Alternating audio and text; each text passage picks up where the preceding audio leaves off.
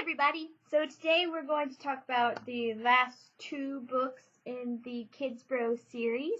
I really like this series. I've already reviewed the first two books, and I just thought we'd do the last two all at once. It's a really good concept. It's about these kids who create their own town sort of thing and they run it like a town, and it follows the mayor and whatever else. And the kids are probably 8 to 12 years old, and it's just kind of, it's a cute sort of concept, and it's a good way to learn kind of about government sort of stuff. And so that's what I really like about the first two, and they have a lot of good humor and things like that. So anyway, I'll just go ahead and review the last two of them. The third one right here is Creek War, and it is sort of based on what happens is there's this guy who's been kind of the bad guy sort of in the past two books. His name is Max, and Max goes and decides he's going to start his own country.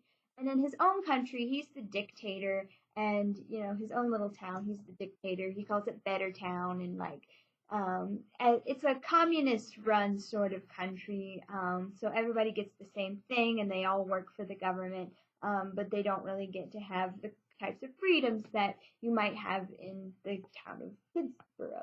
There's the name. So anyway, that's what happens there. It's a cool book. I think I'm gonna be honest, I think I like the first two better, just because I think they're more funny, jovial. This one takes kind of a more serious turn-ish for this series, just because, they're combating against each other, and there's, this scene where they're calling each other names, and then, they take a person hostage, Better Town does, and it's good grief. We just got intense, and so there's, this rescue mission, and it's basically a game of capture the flag, but they really don't acknowledge that it's a game of capture the flag. It's just really serious, and you're wow, these kids could really do something to hurt themselves or hurt somebody else, and for some reason nobody's going to get adults or anything at all, and it's that's weird. But it's cool, and it's interesting to be able to compare at a very basic level communism and capitalism side by side, and talk about the benefits / also the cons of each. And it's a good book, and it's a good way to introduce kids to that, and it's cute. It's adorable. The next book is The Risky Reunion, which is the last in the series. And this whole time there's been this setup of Ryan. Ryan is the main character, who's the mayor of the town. There's been this whole setup of he has this past with an abusive dad, and his mom and him had to run away, change their names, all that kind of stuff. And nobody really knows about this because, of course, it's an extremely private thing and it's very dangerous. And so there's been this whole setup throughout the entire series, and that at some point his secret is going to come out, and it does in this book. And so the focus isn't so much on the town at that point, and more so it's Ryan's whole life, and what's going to happen with him, and whether they're going to move away or not. And also his dad ends up coming back, which is a weird scene and continues to be weird for me. I don't think I realized, because I read these probably when I was 12 or so.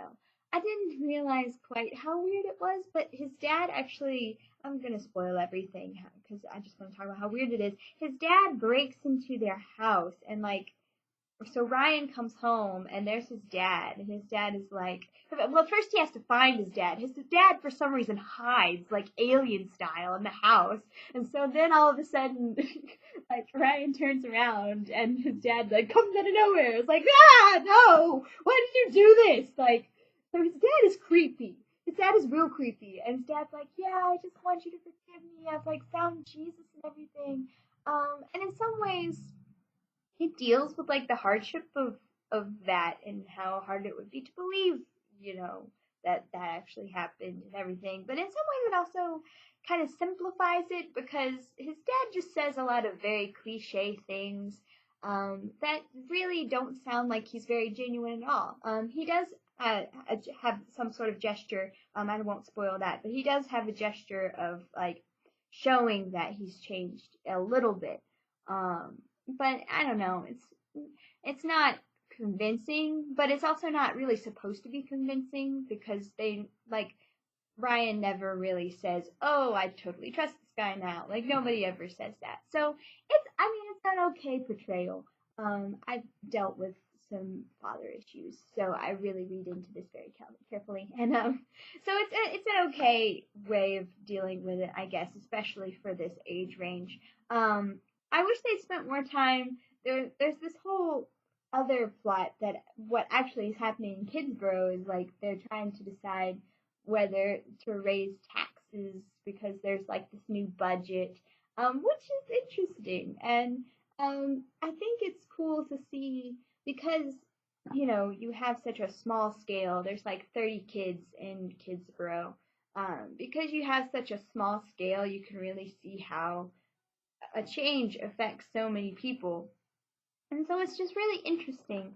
And I really like that whole small scale sort of thing. So definitely, totally, I would suggest reading, especially the first two books because they're really funny and really cute. And if you like those two books, then you probably would want to read the rest of the series and kind of see what happens to everybody. And so, yeah, the first two books are definitely super good. Last two books are alright.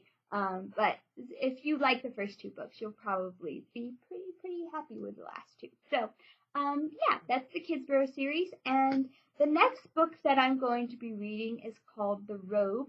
And so I will get to that as soon as I go back to my house. And yay! I'm so excited. So I'll see you guys later. Bye!